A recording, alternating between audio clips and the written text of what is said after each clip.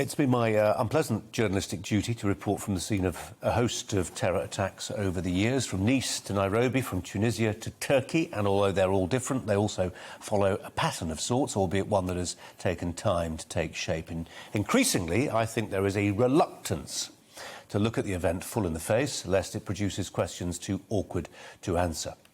As my colleague Dan Wootton has pointed out, it was bizarre that at a Downing Street press conference yesterday, 5 hours after a taxi blew up outside the Women's Hospital in Liverpool, there was not a single question about it to the Prime Minister.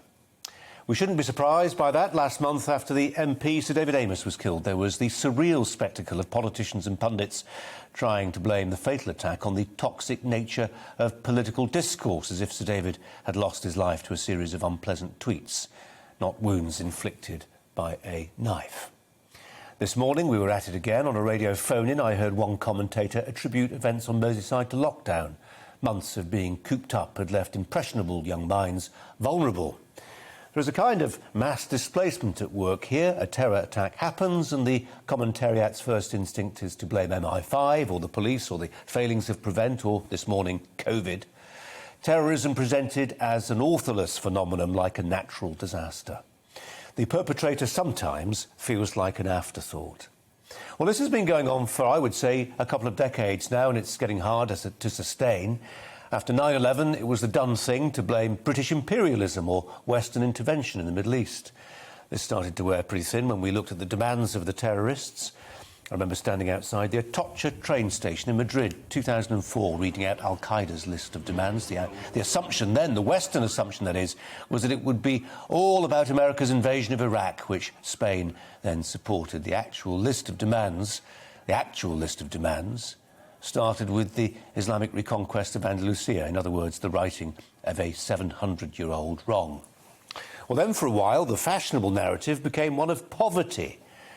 The Yorkshiremen who decided to blow themselves up on the underground on 7/7 were victims of social exclusion, but that didn't last that long either. I remember standing outside the shattered frontage of Glasgow Airport in 2007, where a doctor and an engineer, highly educated, highly paid men, had driven a jeep that was packed with gas canisters. I would have more sympathy with my media colleagues were they not normally so obsessed with blaming individuals when things do go wrong. Some now seem to view their role as therapeutic, part of a healing process, prescribing social cohesion, lest the natives get restless. It's safer to focus on teddy bears and floral bouquets than it is to turn over the rights and wrongs of, for instance, violent jihadism live on air. It's safer to film candlelit vigils and books of condolence than it is to wonder if communities are doing enough to identify militants. It's safer to talk about interfaith dialogue and prime ministerial visits than it is to wonder if someone smuggled themselves here as a migrant. 4 years ago, I stood for a week in a square in Manchester as it slowly filled with handwritten tributes and the ubiquitous helium balloons, acts of sweetness, which belied the reality of what had happened to the bodies of 22 people, some of them children, at the hands of a suicide bomber. As I stood there, part of this mass editorial digression, I realised what was happening. It was as if to blame a terrorist had become an act of what we now call victim shaming. You can't possibly blame the man who wore the suicide belt. It's not really his fault. He was brainwashed. He was vulnerable. He was young. He was, in his own way, a victim too. Nobody's to blame, except maybe us, for not having the wit to see the attack coming. That is where we are, it seems to me. What will it take to recapture the intellectual self-confidence to speak plainly again, to discuss what it is jihadist terror, if that's what it was in this instance, without acting as if it's a natural occurrence like extreme weather, and without worrying we'll be called out for hate speech?